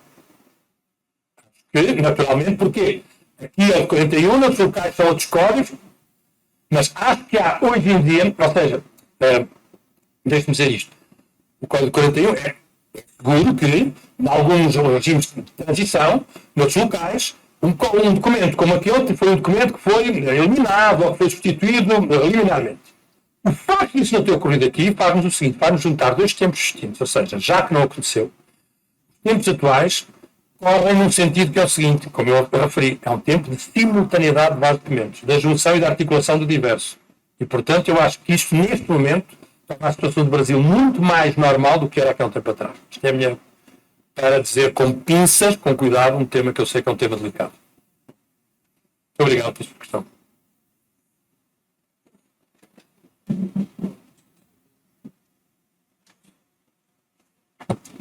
Na verdade, professor Rui, eu queria iniciar assim, uma breve intervenção dizendo que não tive nenhuma surpresa com a sua intervenção, porque a expectativa já era altíssima. E o senhor me atendeu e superou. O doutor Anice disse, colocou uma situação muito ingrata para o que disse. O doutor Rui vai seguramente aqui trazer inquietações. E eu, por acaso, não tinha previsto isso e tive que modificar e garantir salvá-lo, e a mim também, e garantir trazendo algumas inquietações para que as suas previsões, para atender às suas expectativas. Foi um momento realmente ímpar, e essa minha intervenção tem um objetivo muito claro: prolongar mais um pouquinho a nossa conversa, para que a gente possa absorver esse momento, a sua capacidade crítica e provocativa. A sua exposição nos revela a dimensão de uma complexidade que nos envolve a todos, desafia compreensões muito finas, né? Pensando aqui, meu Deus, em tantos aspectos interessantíssimos que o senhor abordou, o que eu poderia pedir um prolongamento da conversa? Em que aspecto poderia? Uma das questões que me angustia no Brasil, eu sei que não é só aqui, mas eu vivo aqui, é que nós tivemos uma fase muito recente de judicialização da política. E parece que isso é um caminho muito perigoso para o judiciário. Extremamente perigoso. Na correlação, ou na comunicação entre uma justiça formal e informal, uma pressão da justiça informal tenta impor a sua verdade desejada, e ora parece que a justiça formal atende a esse desejo de um espectro político e, em momento seguinte, parece que atende do outro. E se atende de um e atende do outro, parece que é uma desconfiança com relação à verdade que a justiça proclama. Qual é a verdade que a justiça proclama? E no universo, e me parece que nós não podemos confiar nem nas evidências. Se eu vejo um vídeo, hoje eu já tenho essa inquietação. A primeira impressão que eu tenho é que eu tenho que pensar que ele pode, e com muita probabilidade, não ser verdadeiro. Ser uma construção. Quando eu ouço um áudio, eu já estou tentando treinar o meu ouvido para identificar a inteligência artificial. Eu digo assim, isso que eu vejo no primeiro momento, eu já olho com desconfiança. Então, eu não tenho nem evidência. Eu tenho a dificuldade de acreditar naquilo que eu vejo, eu escuto, o que me contam, que pode ser apenas uma narrativa. E o judiciário me parece que foi sequestrado por um debate que ele deveria ter todas as armas para não, ou para preservar a sua legitimidade, e ele está na tensão. Ora atende a um, ora a outro, ou pelo menos é isso que parece. Você podia falar mais um pouco sobre a comunicação entre a justiça formal e a informal num momento de polarização política exacerbada? Eu sei que é delicado. Não é. Eu também já tenho idade para conseguir fugir às chaves. Bom, diz-me a idade que tenho já. Então, que a maneira de fugir é buscar um exemplo que não seja um exemplo brasileiro. Acho que já me defende a mim e a todos. Então, uma das dimensões, a pergunta que me coloca é uma pergunta interessantíssima, mas obrigar-me quase a é um pouco o sumo da minha intervenção a explicar. Vamos lá ver, eu acho que o mundo atual está cheio de dimensões simultaneamente. Eu acho que procurei dizer isto, espero que tenha ficado claro. Nos mostram. Eu não, agora permito até por cansaço que eu não seja tão preciso, talvez, as palavras que vou dizer, correndo o risco de cometer alguma injustiça, mas mostram. Hoje em dia nós vemos tanto.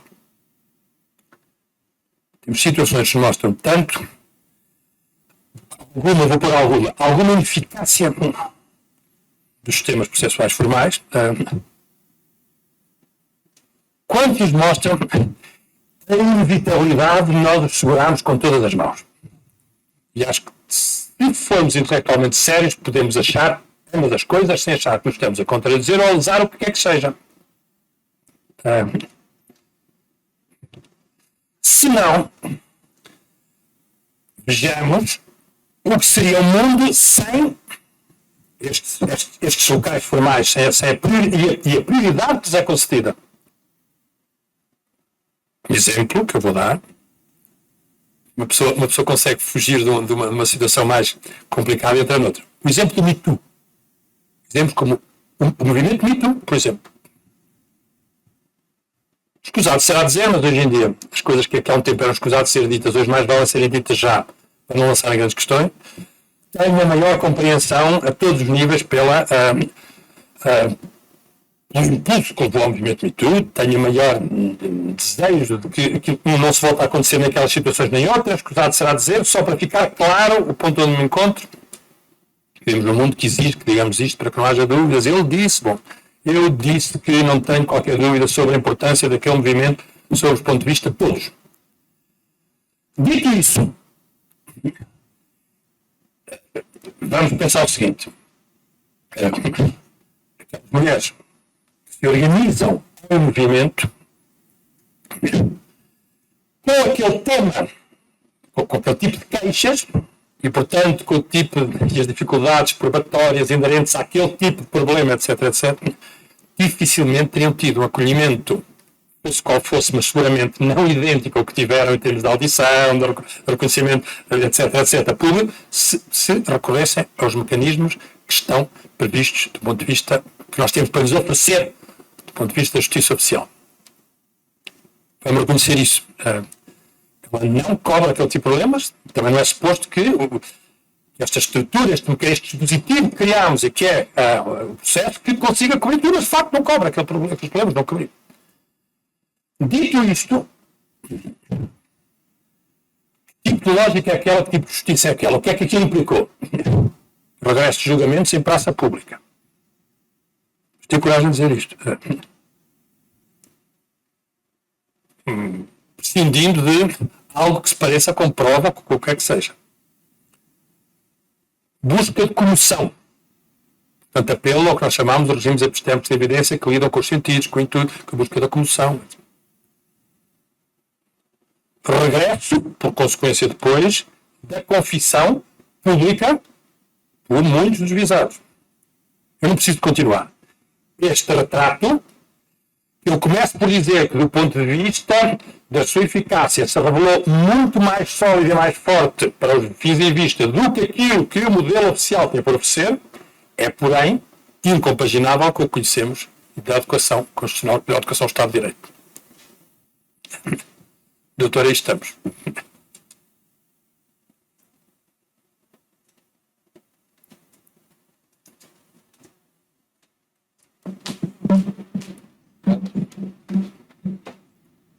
Boa noite, professor. Boa noite. Apenas acrescentando alguma coisa que a observação do doutor Fernando Galvão, eu não vejo nenhuma incongruência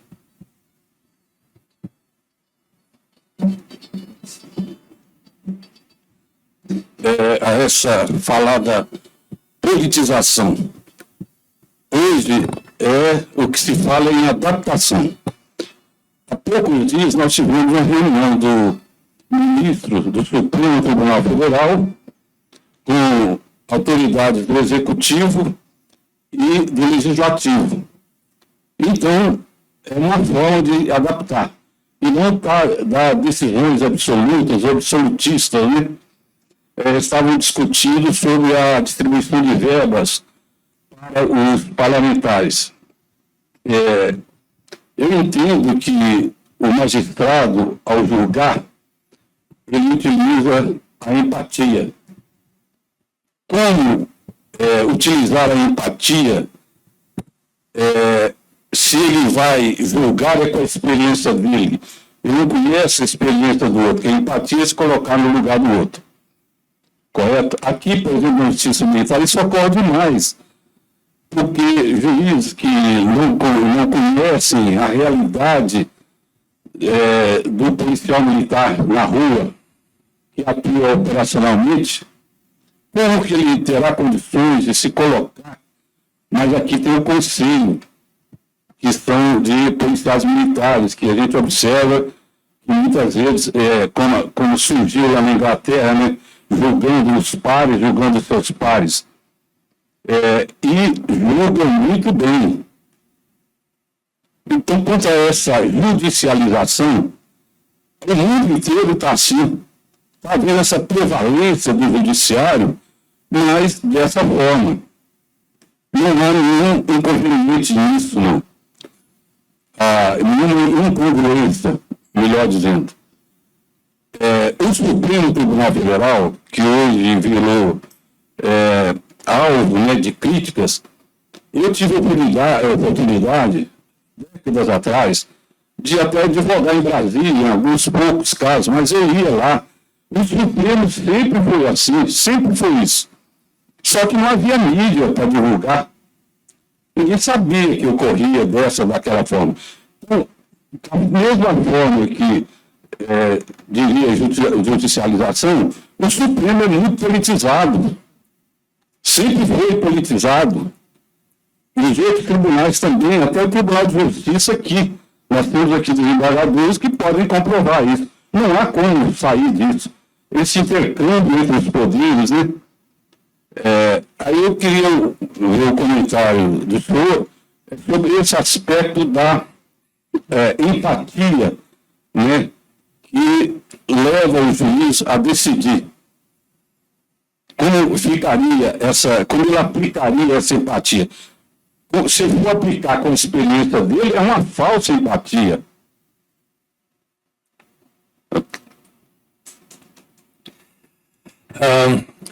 Muito obrigado também, doutor, pela sua questão.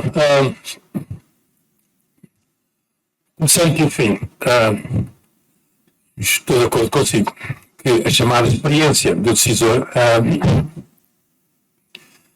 eu acho que é uma formulação. O direito está cheio de fórmulas dessas, que era do outro tempo. A ideia de que as sociedades complexas. Porquê?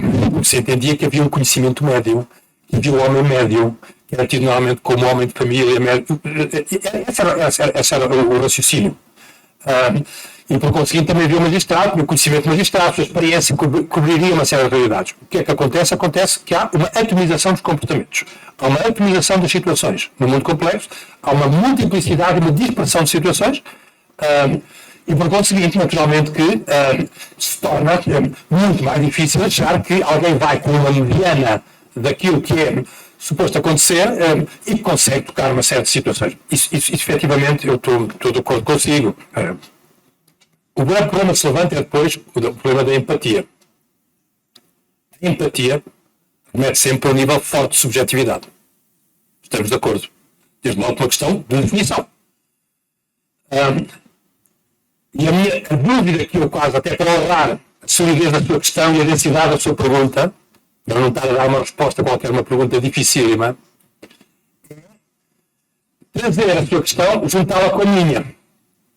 Neste sentido, até que ponto é que uma decisão é mais sólida, ou melhor, a decisão judicial, para ser mais sólida, ela deve incorporar níveis de empatia numa sociedade em que até para a dispersão de situações implica uma dispersão das pessoas que vêm para os tribunais, ou justamente a solidez implica uma diminuição de níveis empáticos. A minha questão, até que ponto é que não se joga aí a mesma questão que se jogava há pouco quando eu dizia, bom, o direito deve ser capaz de escutar a sociedade, sobretudo hoje em dia em que ela entra pela casa, por todas as vias, para a maior permeabilidade das fronteiras entre o sistema jurídico e o sistema social, etc., para a questão comunicacional. E ele deve ouvir a sociedade, o direito ganha solidez, se fechar um pouco à sociedade, sendo capaz de falar às expectativas. Então a minha questão, com a empatia, põe-se da mesma maneira. Sendo certo, porém, também seria uma coisa. Decida-se o que se decidir, não há ninguém que no momento de decisão não desenvolva sinapses empáticas. Acho que é uma possibilidade. Ou seja, a empatia está lá. A empatia está lá. A questão é, a certa altura, se são duas. Se essa empatia é feita de molde, como bem descodificou, é ser empático, é ser capaz de colocar no lugar do outro. Se isso é bem feito ou mal feito, ou se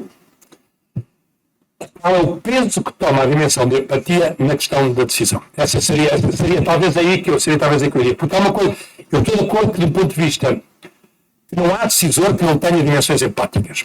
Vai ele calá-las, vai ele mobilizá-las, vai mobilizá-las como, quando, qual é o peso. Talvez aqui estejamos também, como a muitos outros níveis, não tanto na questão de sim ou não, mas na questão de até que ponto, qual a dimensão em que isto entra. Eu acho que estamos a muitos níveis nessa situação. É o problema do limite. Tudo bem. Empáticos seremos, empáticos decidiremos. A que nível levamos isso? Onde paramos isso? É aqui a questão. São as questões de limite. Uma sociedade em que tudo comunica, em que os opostos convivem, como eu disse, em que há uma sobreposição dos contrários, em que há uma contaminação dos princípios, há tangências várias de interpretação, a questão do limite torna-se fundamental. A questão é onde vamos fazer passar o limite disso. Eu não consigo ir mais longe nessa questão. De uma maneira que não seja assim, talvez, mas me garanto uma coisa. Vou ficar a pensar nela. Não pode ser pouco.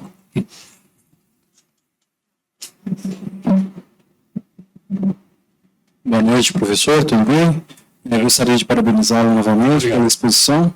Eu gostaria de fazer uma pergunta. Ao longo da exposição do senhor, o senhor constrói, o senhor nos mostra conceitos, faz aproximações, conta interpretações do que compreende como um sistema mais próximo evidência, pulsões, emoções, depreensões rápidas da realidade, um sistema de informalidade, e um outro que se aproxima mais de uma perspectiva vinculada a um hiato, justamente uma refutação dessa perspectiva rápida, né, pulsional, que é baseado no sistema jurídico, pelo menos clássico.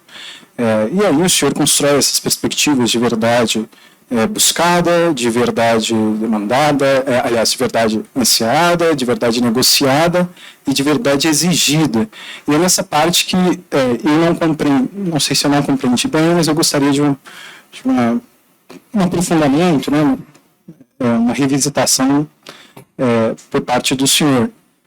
No âmbito do direito internacional, dos direitos humanos, perspectiva de verdade exigida, eu compreendi bem essa, pelo menos, penso, a aproximação do sistema do direito a um sistema, pelo menos clássico, a um sistema formal, a um sistema de construção da compreensão baseada no hiato do sistema informal, pulsional, rápido.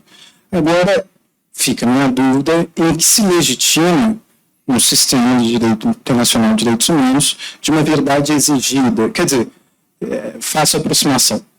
Direito com prova, sistema formal, mídia e senso comum, por assim dizer, com sistema informal, com evidência, com uma percepção rápida e depreendida. Mas eu gostaria desses paralelos e essas conexões para compreender melhor em que se situa esse direito internacional dos direitos humanos, fazendo esses paralelos. Quer dizer, é na evidência, é na prova, em meio termo. O senhor falou de simultaneidade, mas eu fico nessa dificuldade de compreender e de aliar a perspectiva do direito internacional dos direitos humanos a essas duas outras perspectivas. Se as outras duas e as verdades depreendidas delas, a verdade buscada, e a verdade ansiada, e a verdade negociada, que é um popurrí né, desses outros sistemas, me ficou claro. Ainda não me fica claro no que se está baseando numa perspectiva punitiva, demandista, né, de alta exigibilidade, que se baseou o direito internacional de direitos humanos. Fica a minha dúvida de como se constrói essa verdade, em que se legitima essa verdade. Eu gostaria de um aprofundamento, senhor. Muito obrigado. Obrigado, caro doutor.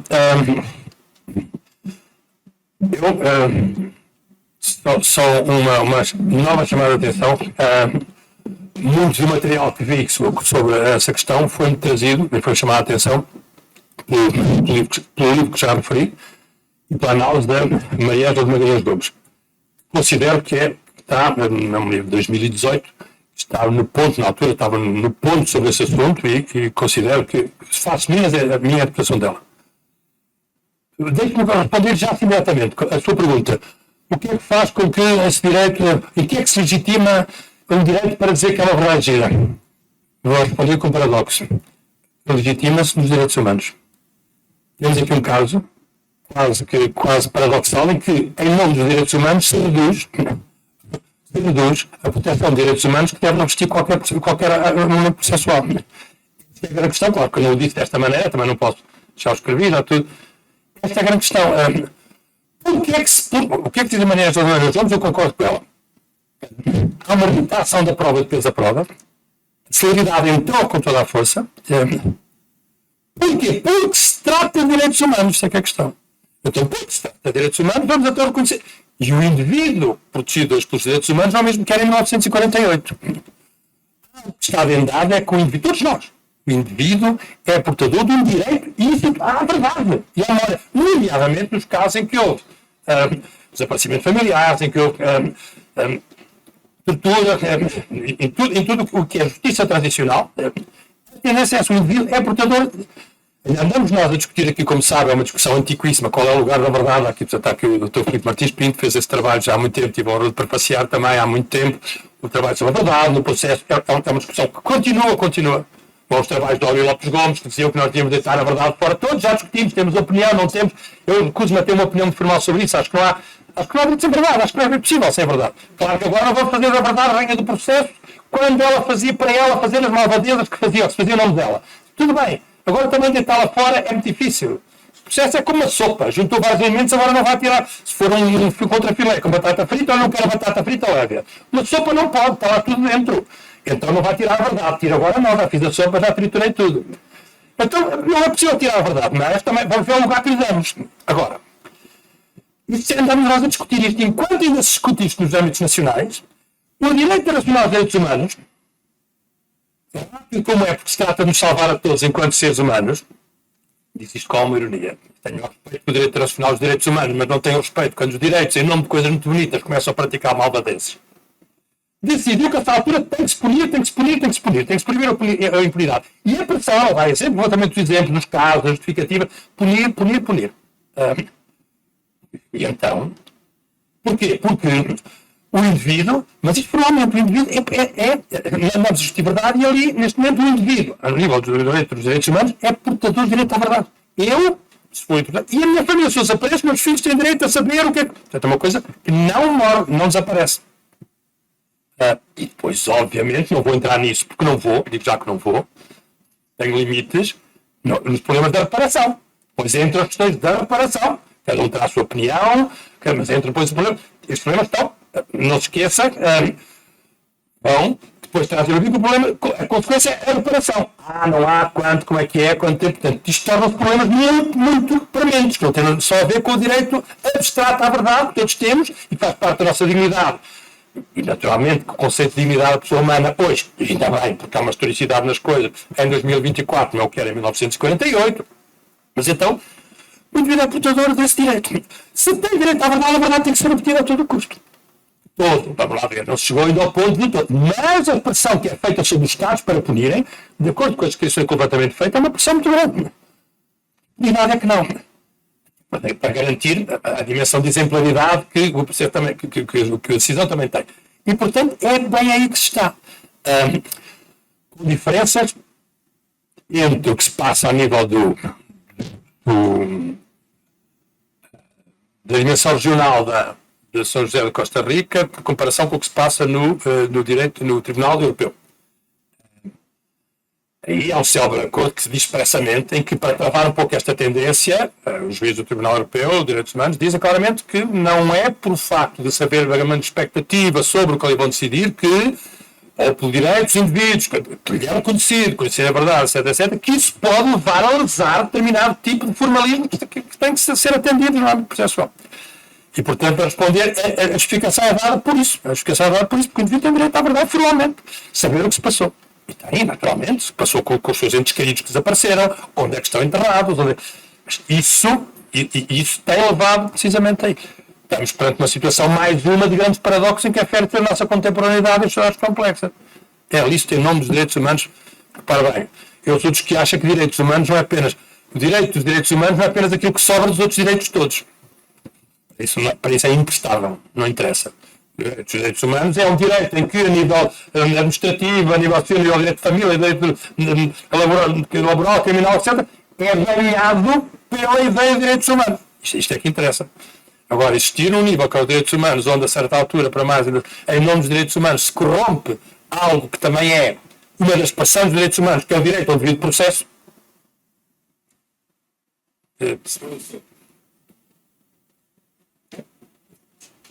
Presidente, apenas uma observação rápida aqui é sobre essa expressão Estado Democrático de Direito. É uma impressão minha. Nós temos o direito teocrático, o direito ditatorial, e nessa expressão o direito está sendo colocado como adjetivo, quando deveria ser o substantivo. Então precisa inverter. É Estado de Direito Democrático. Eu escrevo Estado de Direito Democrático. Eu entendo mais inteligível, mais coerente com o que a expressão quer dizer. Exatamente por isso. Tem direito teocrático, direito ditatorial, que é direito. Muito obrigado, uma vez mais. Permita-me, sobre isso, que diga o seguinte. Não custa nada aceitar a sua observação e a pertinência dela. De acordo. Agora eu diria... Precisamos do Estado de Direito Democrático e do Estado Democrático de Direito. Precisamos de ambos. E que um sem outro não funciona. porque o outro garante também que possamos ter em aberto a discussão sobre o que se entende pelo primeiro. E podemos não estar de acordo sobre o que é o direito democrático, mais ou menos. E é importante que essa decisão fique sempre aberta e que seja também ela passível de discussão. Vamos acreditar que o Estado democrático de direito garante que possamos discutir sobre o que é o direito democrático. Neste sentido. Eu prometo não tomar muito tempo, porque quando você responde a pergunta do Dr. Jorge, você me contempla. Mas eu percebo que no Brasil a gente vive muito uma busca da verdade a qualquer preço. E eu trabalho muito nos processos. Eu não gosto do termo, é uma questão pessoal, minha verdade real. E você é um dos poucos que eu escuto trazer a verdade possível. No Brasil, a gente tem uma divergência muito grande da doutrina moderna, da doutrina tradicional sobre a verdade real e a verdade possível. Eu já fui criticada diversas vezes na agência sobre falar que não vamos buscar a verdade real, vamos buscar a verdade possível, porque a verdade real ela tem um preço muito alto. E a gente deve buscar no nosso processo o que é possível realizar. Se o Ministério Público conseguir trazer elementos de condenação, que seja condenado, da mesma forma que a defesa conseguiu elegidos, que seja absolvido. E isso que eu vejo no Brasil. A gente vive muito, até mesmo por uma questão midiática, é um país de condenações com base no que a mídia traz como necessário. E nós temos uma função muito difícil, às vezes, que é trazer aqui a verdade possível, e a verdade possível, muitas vezes, ela vai contra o que é apresentado mediaticamente. Então, esse é um ponto muito importante, um estudo que a gente precisa realmente desenvolver no nosso país ainda. Doutora, agradecimentos também pela sua intervenção. Não resisto a fazer só uma chamada de atenção. Como eu já disse, eu creio, porque vejo que hoje, há 10 anos, 20 seguramente, eu percebia que se dissesse aqui no Brasil, porque nós temos um constitucionalismo periférico, temos uma modernidade que foi tardia, porque etc. Aqui, e havia uma certa excepcionalidade brasileira, que os brasileiros lamentavam muito. Como a doutora fez agora aqui no Brasil, nós temos. Deixe-me dizer que neste momento eu acho que passou-se o contrário. Quando a ambição na altura era queremos transformar o Brasil, queremos aproximar do que se passa em outros locais. O mundo, deixe-me desiludi-la, o mundo brasilianizou-se a esse nível. A minha percepção. Temos sempre o efeito contrário. O retrato que fez pode fazer para Portugal, pode fazer para vários outros países. Por isso eu disse que muitos destes problemas são brasilianizou-se nesse sentido, em que aquilo. Isso é que eu digo, claro, as coisas depois passam-se de forma diferente com condições locais. E como em tudo no Brasil, as coisas aqui são como maiores estando, tudo é mais. O pobreza é muito maior aqui. Isso é muito maior aqui. Coisas fantásticas também aqui. Vou dizer que os meus alunos, quando eu tenho bons alunos, meus alunos vêm do Brasil, são os melhores todos, assim, disparados, como se diz aqui. Sempre. São muito melhores, é tudo muito mais, aqui é tudo muito mais. Portanto, estranho seria que aí também não fosse mais. Porque é tudo mais, é tudo muito. É tudo muito. Agora, o que eu acho é que a situação eu estou de acordo com essa situação. É de facto assim. Qual é o problema? Já era assim, esse conflito entre verdade real e verdade possível. O que é que hoje em dia, o que é que a contemporaneidade, nomeadamente a nossa atualidade, traz? Uma convicção, que também não é só brasileira, é generalizada, no potencial da técnica, da comunicação, para que nós consigamos saber a verdade. O seu pressuposto está todo de acordo com ele. Hoje em dia é uma opção de verdade, sim. A opção de verdade tem muito a ver com isso, com o facto, com o progresso técnico. O progresso técnico traz uma capacitação. As pessoas têm uma capacitação, pelo menos uma pressuposição de que são capazes de saber, que é possível saber. Também criámos, são casos arcaicos hoje, mecanismos criámos para as pessoas irem acompanhando o que sabia. As TV Justiças, tudo isso. Onde eu acho que se deu às pessoas do brinquedo sem dar o kit explicativo de como é que funciona. Mas, logicamente, as pessoas falam empoderando enquanto a gente suposto saber. Nós sabemos, nós também sabemos, nós vimos. As pessoas veem a cara daquela. Bem, o que é que neste momento se passa? Justamente com a informalidade, com a impossibilidade de fechar aquilo que se sabe, Maradona. Sabe-se muito mais. E como a certa altura foi dito já também, naturalmente, sempre houve determinadas situações, hoje existe um incremento das situações que existia por via da mídia. Logicamente, porque ela faz para o bem ou para o mal, com o intuito ou sem ele, até um certo ponto faz. É como a questão probatória. A demora da prova até um certo ponto é aceitável, a partir de um ponto já não é. A mídia também, num certo sentido, a mídia faz o seu papel. Que a mídia é um poderoso redutor de complexidade. Isso é dela. Não é suposto que eu faça vindo aqui, meus senhores, vou reduzir a complexidade disto para todos. Não é suposto. Mas a mídia, ou seja, eu não posso dizer o que estou a dizer, imaginem programa de hora de ponta, com o Bonner ou não sei quem, dizer, olha, acho isto, toda a gente mudava, tudo fazia zapping para sair do que eu estou a ouvir, porque não é suposto. A mídia tem outra função. Só que a partir de certa altura extravasa essa função. Mas a verdade é que vai gerando, não só a mídia, como o progresso técnico, o incremento, a capacidade, a inteligência artificial, a convicção das pessoas de que é possível saber se eles quiserem. E quando não se sabe, é porque eles, veja, os políticos, as pessoas decisores, não quiseram. E isso sim, o que é curioso é que o nosso tempo é um tempo simultaneamente também é discursoante, é um tempo de apego enorme à verdade, que vem no seguimento de um tempo que foi no século XX uma crítica moderna sobre a verdade, teve razão em muitos pontos de vista, tentava a consequência de muito complexo haver mais verdades em funcionamento, lógico, mas por outro lado desarmou-nos quando precisávamos de uma verdade sólida, e esse desarme fez com que uma série de populistas entrassem por essa verdade que estava completamente criticada, estava deitada abaixo, então temos tudo para a verdade, tudo é verdade. Estamos a ver isso, estamos a ver dramaticamente, sobretudo na véspera do dia em que estamos. Para dizer de uma forma subtil.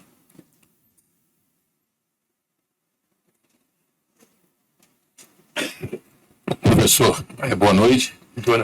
Inicialmente eu queria me associar aos que me antecederam, cumprimentando Vossa Excelência pela palestra e parabenizando ao Tribunal e à Escola pela organização do evento. Minha pergunta é muito simples, básica, até porque antes de ir ao Tribunal, eu presidi o primeiro Tribunal do Júri em Belo Horizonte durante 10 anos.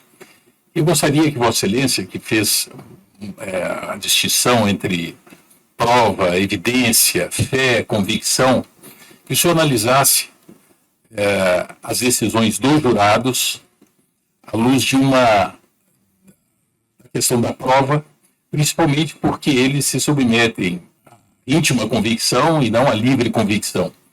E esse caso para nós é relevante, no Brasil especificamente, porque nós comemoramos o ano passado uma redução do número de homicídios, mas ele beira aos 40 mil homicídios por ano. Então é um número muito relevante, isso é algo que nos diz muito próximo, é algo relevante para nós. Então eu queria que Vossa Excelência fizesse essa análise da posição dos jurados que não tem compromisso com a prova, ou pelo menos não tem noções mínimas de prova, com decisões que repercutem seriamente na vida dos indivíduos, e aí nós falamos talvez nos direitos humanos, no direito à liberdade. Doutor, grato pela sua questão também. Disse-me que era uma questão simples. E é provável que seja, mas a única forma que eu tenho de honrar é de responder também de forma muito simples. E vou responder de uma forma, talvez, desde que começámos este debate, aqui estas questões, é o momento em que eu vou ser mais intuitivo, menos racional, vou dizer exatamente aquilo que sinto quanto a isso. Se me permite, e peço já desculpa, por no final, depois de ter estado aqui, estabelecer a diferença entre ponderações a partir da racionalidade ou a partir dos sentidos, eu agora no final dizer, quase por cansado, dizer, olha, vou dizer o que eu sinto. E doutor, o que eu sinto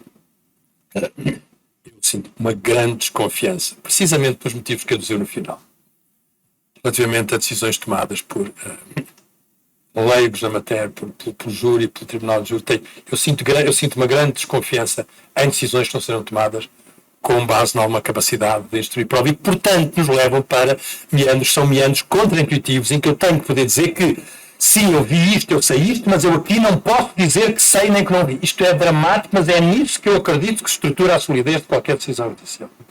É na capacidade de eu perceber que há coisas que eu vi, mas que podem não valer, apesar de eu dizer que as vi, coisas que a certa altura, ou seja, todos os formalismos inerentes, não há uma decisão sem os formalismos inerentes. Por conseguinte, como o doutor muito bem disse no final, levanta-se o problema de ter pessoas que lidam com a questão ou que decidem sobre a questão importante sem ter essa formação. Eu tenho sempre tive formação, um grande recurso, sobretudo no tempo em que é lícito achar que aquilo que vai, o eco que se vai sentir no Tribunal de Júri é o eco das expectativas sociais que estão lá fora. Também é por isso que ele existe. Eu sei, vai legitimar um pouco, vai fazer. A sociedade vai partilhar a decisão, mas simplesmente isso levanta-nos hoje um problema. Ou seja, o motivo pelo qual ele existe é o motivo pelo qual se levanta um problema. Sou sincero, eu estou a assumir aqui uma questão absolutamente dramática. Porquê é que existe isto? Porque é representa a sociedade, mas espera aí, mas desde quando é que nós, com o que está lá fora, vamos achar que é isso que é suposto fazer-se? Abrir à sociedade. É muito difícil o que eu acabei de dizer, mas eu já citei aqui o professor Luigi Ferraggioli. Não acho que se vá a todo lado, nem acho que uma sociedade como a brasileira se explique tudo pela lógica hiperracionalista do professor Luigi Ferraggioli, mas há coisa que eu acho que ele tem chamado a atenção fantástica. Ele tem uma, por exemplo, quando ele diz sobre a Constituição, ele diz: atenção, não nos esqueçamos do seguinte. Pensamos mesmo nestas Constituições mais amigas, mais vinculantes do legislador, estes modelos dirigistas de Constituição, tudo isso. Ele diz-me: tudo bem, só não esqueçamos uma coisa, uma Constituição é feita em nome do povo, por representantes do povo, para o povo, mas inclusive é para, se for preciso, nos defender a todos e a ele próprio de si mesmo. Esta é uma decisão que eu lhes tomo coragem, eu concordo com esta decisão, isto é esquecido muita vez. Mas a minha pergunta é: se todo o historial que nós temos do tal Estado, deixa-me ver, Estado de Direito Democrático, para fazer uma homenagem a quem já tanto me interpelou, se tudo isso que orbita no Estado Democrático de Direito ou do Direito Democrático, o devido processo, tudo isso, eu volto a repetir, se no fundo não foi feito desde o início do Estado moderno para o enaltecimento do receio que todos temos da voz popular. Essa é o que me diz o Ferraggioli. No fundo, a Constituição existe. A Constituição, no fundo, aplicando aquela dicotomia que o António Espanha aplicava, onde nós chegámos, nós vimos num ponto em que havia o direito dos sábios e o direito dos rústicos. E construímos tudo isto com base na imposição, a vitória do direito dos sábios. É lícito achar que o que se passa hoje na nossa sociedade, a nível jurídico, político e tudo, é a revolta dos rústicos. É a revolta dos rústicos.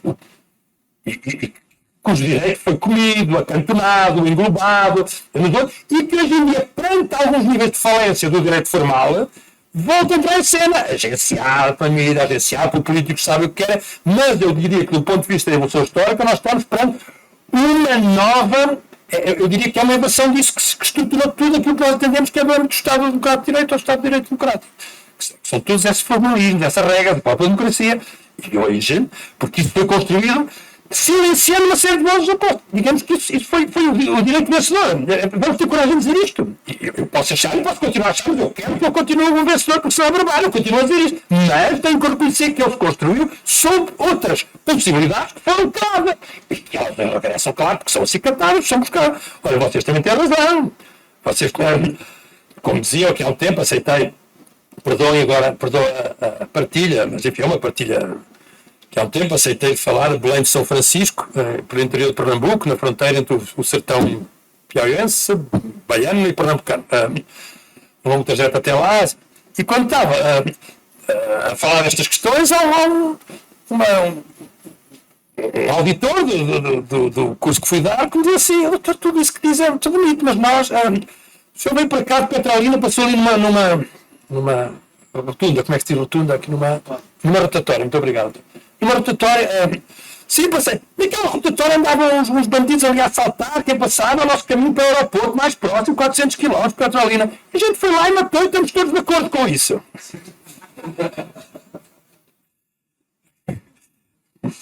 Eu não me lembro o que é que respondi. Mas devo ter pensado, vou guardar isto para partilhar em algum momento. E olha,